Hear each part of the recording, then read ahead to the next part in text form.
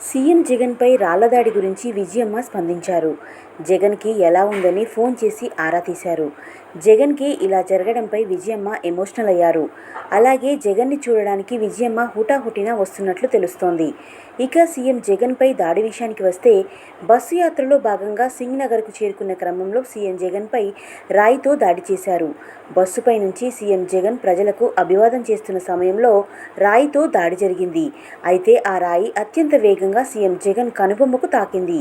CM జగన్పై cab బాల్తో దాడి చేసినట్లు అనుమానం వ్యక్తం చేస్తున్నారు.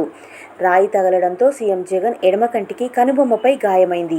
సీఎం జగన్ పక్కనే ఉన్న ఎమ్మెల్యే వెల్లంపల్లి ఎడమ కంటికి సైతం గాయమైంది. అయితే ఈ దాడి వెనుక టీడీపీ కార్యకర్తలు ఉన్నారనే అనుమానం వ్యక్తం చేస్తున్నారు. సింగ్నగర్ ఓ ప్రముఖ టీడీపీ నేత ఆఫీస్ దగ్గరే ఈ ఘటన చోటు చేసుకోవడంతో ఆయనపై అనుమానం వ్యక్తం చేస్తున్నారు. జగన్ బస్సు యాత్ర సమయంలో టీడీపీ శ్రేణులు భారీగా అక్కడికి చేరుకుని ఆయనపై దాడికి పాల్పడినట్లు సమాచారం. కరెంటు లేని సమయం చూసి సీఎం జగన్పై ఆగంతకులు దాడికి పాల్పడినట్లుగా తెలుస్తోంది. ఈ ఘటనపై పోలీసులు విచారణ చేపట్టారు. దాడి జరిగిన ప్రాంతంలో ఉన్న ప్రజలతో పాటు అక్కడ ఉన్న సీసీ కెమెరాలను పరిశీలిస్తున్నారు.